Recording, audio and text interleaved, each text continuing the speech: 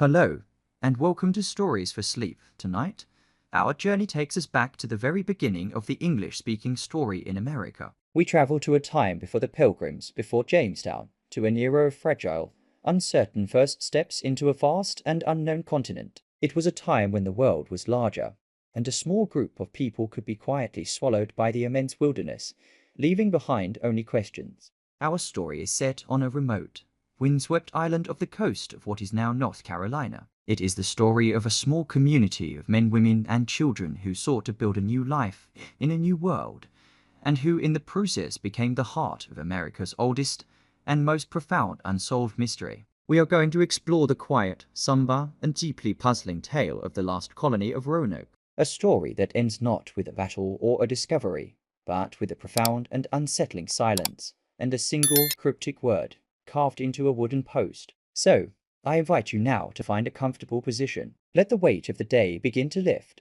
There is no need to solve this ancient riddle. Your only task is to listen, and to allow the gentle, steady rhythm of this quiet, historical tale to guide you softly towards sleep. Imagine yourself in the New World, in the late 16th century. You are an English settler on Roanoke Island. The world you have left behind is thousands of miles and a long, perilous ocean voyage away. Your new world is a landscape of dense, dark forests, of unfamiliar sounds, and of an oppressive, humid heat that clings to your skin. The air is thick with the scent of salt marsh and pine. The rhythm of your life is one of a constant, quiet struggle for survival. Your days are filled with the methodical work of building a new life from scratch. The ring of axes against timber, the construction of simple, rough-hewn houses, the tilling of unfamiliar soil in the hopes of planting crops that will sustain you through the coming winter. You are a small island of Englishness in a vast and often intimidating continent. The colony, established in 1587 and led by its governor, John White,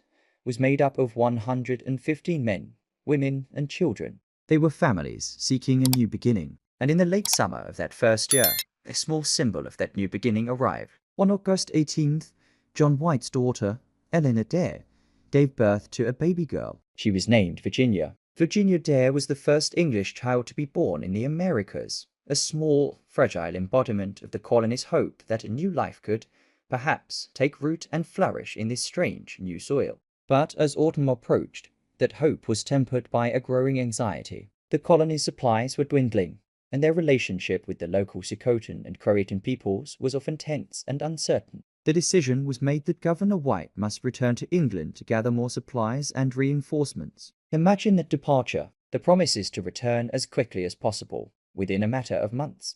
The small group of colonists, his family among them, watching from the shore as his ship becomes a small speck on the vast horizon of the Atlantic, their only lifeline to the world they had left behind. John White's return, however, would be delayed for 3 long and agonizing years. A great war had broken out between England and Spain, and every available ship was conscripted to fight the Spanish Armada. It was not until August of 1590 that he was finally able to make his way back to Roanoke. On his granddaughter Virginia's 3rd birthday, he and his shore party landed on the island, but they were greeted only by a profound and unsettling silence. There were no signal fires, no signs of life. As they walked to the site of their settlement, they found it deserted. The houses had been carefully dismantled, not destroyed. The area was enclosed by a defensive wooden palisade, but there were no signs of a battle or a struggle. There were no human remains. It was not a scene of violence, but of a quiet and seemingly orderly departure. Searching for a clue, for any message that might have been left behind, he found only one. Carved deep into a wooden post of the palisade was a single cryptic word: CROATOAN. The colonists were gone. The profound and quiet mystery of the lost colony had begun. For Governor John White, standing in the silence of the deserted settlement, the single word carved into the post was not a complete mystery. In fact, it was a message he himself had arranged. Before his long-delayed departure for England 3 years prior, he had agreed upon a simple but vital code with the colonists. If they found it necessary to leave Roanoke Island, they were to carve the name of their destination into a prominent tree or post. Crucially, he had given them one further instruction: if they were leaving under duress, if they had been attacked or were in any kind of danger, they were to carve a Maltese cross above the name of the location. As White examined the post, he saw the word CROATOAN carved clearly into the wood, but he also noted, with what must have been a profound sense of relief, that there was no Maltese cross to be seen. The message to him seemed clear. His family and his colonists had left Roanoke, but they had left of their own free will and were not in immediate distress. His initial frantic search of the settlement area yielded few other clues. He found some of his own sea chests, which had been buried for safekeeping, had been dug up, and their contents, including his books and maps, were damaged by the coastal weather. The settlement itself had been methodically dismantled, the houses taken down with care, suggesting a planned and unhurried departure. The colonists had not fled in a panic. They had relocated. The word CROATOAN was a beacon of hope for John White.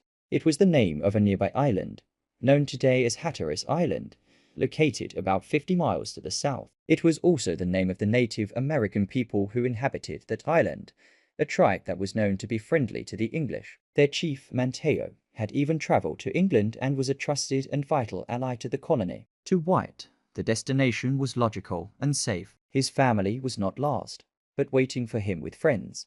He returned to his ship with a plan. They would sail south to CROATOAN Island at first light. But the quiet hope he felt was to be short-lived. A great storm began to brew off the coast, a common and dangerous occurrence in the Outer Banks. The sailors, anxious to begin the long and perilous return voyage to England, were reluctant to risk the treacherous shoals near CROATOAN in the worsening weather. Then, a final, cruel twist of fate occurred. As the crew tried to weigh anchor, the heavy anchor cable snapped, and their primary anchor was lost to the sea. With a powerful storm approaching and without their main anchor, the captain of the ship deemed it too dangerous to attempt any further landings on the unforgiving coast. The decision was made to abandon the search and sail for the Caribbean, with the hope of returning the following spring. It was a promise that would never be kept.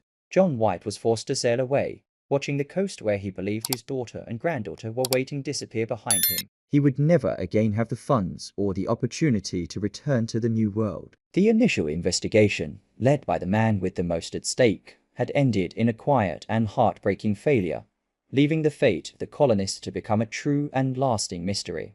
For hundreds of years after John White sailed away, the story of the lost colony was a romantic mystery, a piece of American folklore told around campfires and in history books. But in modern times, with the patient tools of archaeology and historical research, a clearer and far more logical picture has begun to emerge. The key to this new understanding, as it always has been, is the single word the colonists left behind: CROATOAN. As John White knew, CROATOAN was not a random or cryptic message. It was the name of a nearby island known today as Hatteras Island and the home of the Croatan people, a Native American tribe that was known to be friendly and allied with the English. The simplest and most logical explanation, therefore, has always been that the colonists did exactly what their carved message said. They relocated to CROATOAN Island to live with their allies. For centuries, there was little physical evidence to support this theory. But in recent decades, archaeologists have begun to unearth quiet, compelling clues from the Carolina soil. Teams of researchers, such as those from the CROATOAN Archaeological Project, have conducted extensive excavations on Hatteras Island, at the site of the main Croatan villages. There, mixed in with the remnants of Native American life, they began to find objects of European origin, small, almost mundane items that tell a quiet story. Fragments of English pottery, a piece of a writing slate, the hilt of an English rapier, and parts of a flintlock musket, all dating to the correct period. These were not the remnants of a battle, but the scattered possessions of a small group of English people who were living in and among the Croatan community. More recently, archaeological work has uncovered evidence of another potential destination for the colonists, about 50 miles inland from Roanoke, at a location now known as Site X. Researchers have found more 16th century English pottery mixed in with Native American artifacts. This evidence has given rise to the current leading theory among historians. It is a quieter and more complex story than the old legend of a colony that simply vanished. The evidence suggests the colonists did not stay together in one large group. Instead, they likely assimilated. They broke into smaller groups and went to live with different, friendly native tribes in the region. One small group, it seems, went south to live with their trusted allies on CROATOAN Island. Another, larger group appears to have moved west, further inland, seeking shelter and a new life among the native peoples there. The archaeological evidence paints a new and quieter picture, not of a colony that disappeared into thin air, but of a community that fractured and assimilated. its members seeking refuge and a new beginning among the original inhabitants of the land. The mystery, then, is not one of a sudden, inexplicable vanishing, but of a slowed, silent integration, a story whose final chapters are still being carefully unearthed, one pottery shard at a time. While the quiet story told by modern archaeology points towards assimilation, the dramatic void left by the colonists' disappearance has, for centuries, been filled with other, more tragic theories. John White was never able to mount another expedition to search CROATOAN Island, and with no definitive account from any survivors, the fate of the colony was left to speculation. Over the years, several possibilities have been considered. One of the most persistent is that the colonists were attacked and wiped out, either by a hostile Native American tribe or by the Spanish. The Spanish, who controlled Florida, certainly saw the English colony as a threat and had destroyed a French settlement years earlier. However, extensive searches of the detailed Spanish naval archives have never produced any record of an attack on Roanoke. Likewise, while relations with some local tribes were fraught with tension, the scene at the settlement itself showed no signs of a battle, and the colonists' message lacked the PI-arranged distress signal of a Maltese cross. Another theory is that the colonists simply succumbed to the harsh realities of their new environment. Without resupply from England, they may have slowly perished from starvation or disease. This too, however, does not fully account for the evidence.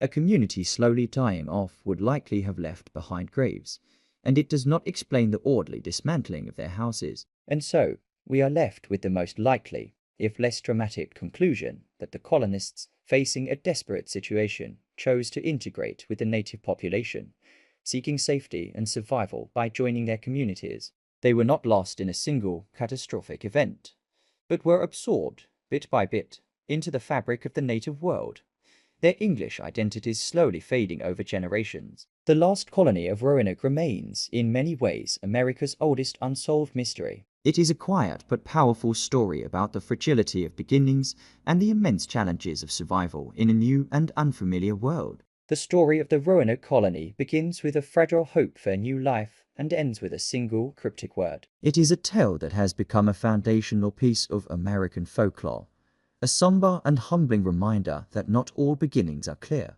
and not all stories have a tidy ending. The colonists, and the first English child born in the New World, Virginia Dare, stepped out of the pages of recorded history and into a silent, enduring mystery. But the harsh winds of the Outer Banks and the quiet struggles of those first settlers belong to a distant, silent past. The world they faced, so vast and so unknown, has been mapped and settled. The great wilderness has been tamed.